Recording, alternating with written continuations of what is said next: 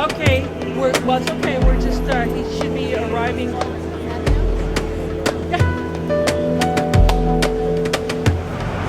How did Earth Island get involved in the Keiko story? Well, it's a good story because the people who made the movie, Richard Donner and Lauren Schuler Donner, had been supporters of Earth Island in the late 80s by putting comments in Lethal Weapon about tuna fish and why it was no good. So in Lethal Weapon 2, you see Danny Glover trying to eat a tuna sandwich, and his kids say, "Daddy, you cannot eat that. Dolphins are dying for that stupid sandwich. Oh, that's great. Throw it away." That's great. And the young girl, who's Danny Glover's daughter, has on an Earth Island t-shirt. So the tuna industry was livid about that because Lethal Weapon, as you know, is a very popular film series. Right. So then the Donners made Free Willy. And Dick Donner decided to make it into a story where whales in the wild can really be helped. So one day his assistant, Cece Nember, calls me up and we have a long chat.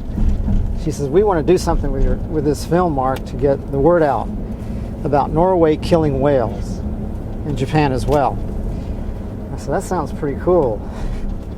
So what do you want to do?" She said, "We want to put Earth Island at the end of the film so that you get calls on, how to help save the world's whales."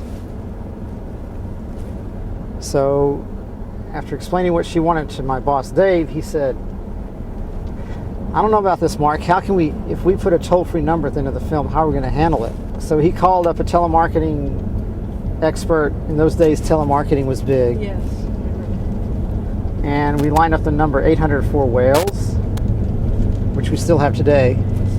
So that number got to be put on the end of the movie. So when that movie came out in July of '93, we thought, well, maybe we'll get a few calls here and there, Well, the telemarketers, after the feature opened, the first weekend, they received like 200,000 calls. Soon after the movie really got going in the summer, around August, we started getting a lot of calls. What about Keiko?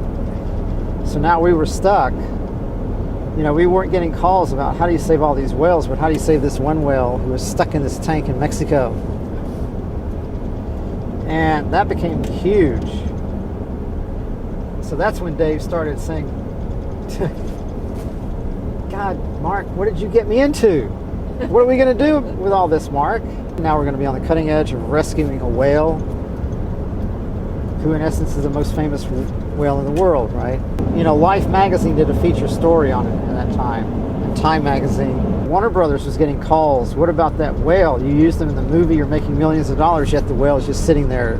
Richard Donner said he had had enough. He says, he called up my boss, Dave Phillips, and said, "What are we going to do about this whale?" He wanted action because Warner Brothers was putting pressure on him to figure out something to do. So all these ideas started flying because we're at the end of the film. We're taking in money to save the whales of the world, so we better save Keiko too